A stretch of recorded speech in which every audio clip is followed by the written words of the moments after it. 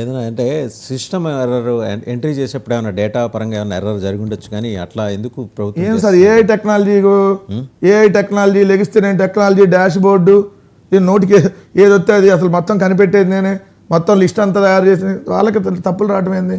ప్రపంచానికి పాఠాలు చెప్పిన చంద్రబాబు నాయుడు గారికి తప్పులు వస్తాయి. అంటే ఏదైనా మీతో పోలిస్తే ఆయన 63 లక్షలు ఇచ్చారు, మీరు ఎంత ఇచ్చారండి? 40 లక్షలు. సార్ అసలు చంద్రబాబు నాయుడు గారు చెప్పుకోవడానికి అర్హత లేదంట. ఈ దేశ చరిత్రలో అమ్మ ఒడి అంటే గుర్తొచ్చేది జగన్మోహన్ రెడ్డి గారు. ఈ దేశంలో ఎక్కడా లేదు ఆ పథకం. జగన్మోహన్ రెడ్డి గారు మొట్టమొదటి పథకాన్ని తీసుకొని వచ్చి పిల్లల్ని బడికి పంపితే చాలు ప్రతి తల్లి అకౌంట్లో 15,000 రూపాయలు ఏదైతే వేస్తామన్నారో ఆ 15,000 రూపాయల ప్రకారం మేము 2019 అకాడమిక్ ఇయర్లో 19 to 20 అకాడమిక్ ఇయర్ సంబంధించి 20 జనవరిలో వేసాం. తర్వాత 20-21 అకాడమిక్ ఇయర్లో 21 జనవరిలో వేసాం. తర్వాత ఏదో కోవిడ్ అప్పటికి కోవిడ్ ఉన్నా కూడా మేము వేస్తున్నాం. బట్ 22 అకాడమిక్ ఇయర్ 22 అకాడమిక్ ఇయర్కి సంబంధించి 22 జూను, తర్వాత 23 జూన్ వేసాం. 24 జూన్ వేయాలి. మేము అధికారంలో దిగిపోయాం. అంటే మేము 4 ఏళ్ళు 6,200 కోట్లు 6,400 కోట్లు అలా మొత్తం 25,000 కోట్లు అమ్మఒడి కింద ప్రతి తల్లికి మేము అందజేసాం. మీరు అందేంది ప్రతి తల్లికి కాదు, ప్రతి పిల్లాడికి మీరు వేస్తామన్నారు. ఎంతమంది ఉంటే అంతమంది. మరి ఇప్పుడు 87 లక్షలు ఎక్కడ, 67 లక్షలు ఎక్కడ? మరి 20 లక్షల మందికి ఎందుకు కోత విధించారు? మిగిలిన 67 లక్షల మందికి 2,000 అడుగుతారు. కోత విధిస్తారంటే పారామీటర్స్ ఉన్నాయి. 300 యూనిట్లు దాటితే కోత విధించుకుంటే లేదు సార్. దానికి ముద్దు పెట్టుకుని జేబులో అంతకుముందు కూడా ఉంది ఆ రూల్. అంతకుముందు కూడా ఇదే రూల్ ఉన్నప్పుడు ఏమన్నారు? ఇలా ఆంక్షలు లేవు చంద్రబాబు నాయుడు గారు మాట్లాడింది ఇదే. ఎవరైతే రఘురామకృష్ణరాజు గారు అయితే ఇంట్లో కాల్చుకునేటటువంటి కరెంటుకి అమ్మఒడికి సంబంధం ఏంది, బుద్ధుందా అని అడిగాడు. నేను అట్లా అంటే ఆయన గౌరవ డిప్యూటీ స్పీకర్ గారు కాబట్టి డిప్యూటీ స్పీకర్ రఘురామకృష్ణరాజు గారు మరి మేము ఉన్నప్పుడు మీరే విమర్శ చేశారు కదా, 300 యూనిట్లకి విద్యుత్కి అమ్మఒడికి సంబంధం ఏంటని మీరే విమర్శ చేశారు కదా. మరి అదే రూలు ఎలా ఫాలో అవుతారు? మీరు మమ్మల్ని బుద్ధి లేదని అడిగారు.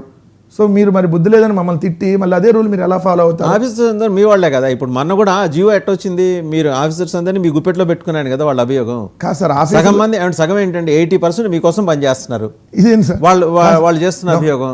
సార్ వాళ్ళకి ఓట్లు వేసింది వాళ్ళకి ఎక్కువ మంది ఉన్నారు, సీట్లు వాళ్ళకి ఎక్కువ మంది ఉన్నారు. మీరే చెప్పారు కదా ఉద్యోగులు అస్తలు అందరూ వ్యతిరేకించేశారు వైఎస్ఆర్ కాంగ్రెస్ పార్టీని, గంప గుర్తుగా కూటమికి వేశారని. మరి మా వాళ్ళు ఎట్టుంటారు 80% మంది? వాళ్ళు చెప్పడానికి దానికో దీనికో కన్ఫైన్ అయ్యి మాట్లాడాలి కదా. ఉద్యోగస్తులందరూ మా వాళ్ళు అయితే మరి మాకు ఓట్లన్నీ మాకు పడే కదా. సో వాళ్ళు ఏంటంటే ఏదో ఒక విమర్శ చేయాలి, దాన్ని టాపిక్ డైవర్ట్ చేయాలనేటటువంటి కార్యక్రమంలో భాగంగా ఏదో సవాలు విసురుతున్నా రీసౌండ్, నేను సవాలు విసురుతున్నా నారాయణ మాట అన్నారు. లీగల్ యాక్షన్ ఎదుర్కోవడానికి మీరు సిద్ధంగా ఉండండి. సమయం లేదు మిత్రమా, ఆయన సమయం లేదు మిత్రమా.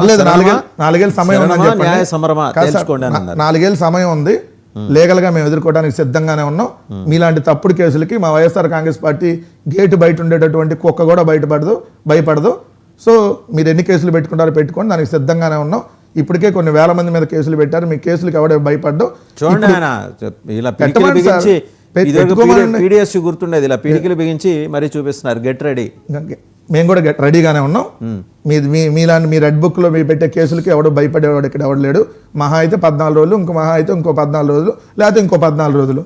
14 రోజుల తర్వాత రిమాండ్ వస్తుంది కదా. మేమే నిన్నేమైనా బూతులు తిట్టామా కేసు పెట్టడానికి? మరి నువ్వు చేసిన తప్పుడు ప్రచారానికి నీ మీద ఎన్ని కేసులు పెట్టాలి? 14 లక్షల కోట్లు అప్పన్నావు కదా, మరి 14 సార్లు అన్నా నీ మీద కేసులు పెట్టాలి కదా. 30,000 మంది మహిళలు మిస్ అయ్యారని చెప్పి మీ ఉప ముఖ్యమంత్రిగా ఉన్న ఇప్పుడు పవన్ కళ్యాణ్ గారు చేతనైతే మీరు పెట్టండి. సరే పెట్టి తీసుకోమండి, వాటికి కూడా మేము కేసులు ఇస్తాం, ఎఫ్ఐఆర్లు కట్టమండి. మరి వాళ్ళు కట్టరు, మీరు కోర్టు వెళ్ళాల్సిందే. మరి మీకు ఒక న్యాయం మాకు ఒక న్యాయం కదా. మీరు తప్పుడు కేసులు పెడతా అంటే మీరు అన్న వ్యాఖ్యలనే మరి మేము కూడా ఉటకరిస్తాం. మీరేమన్నారు?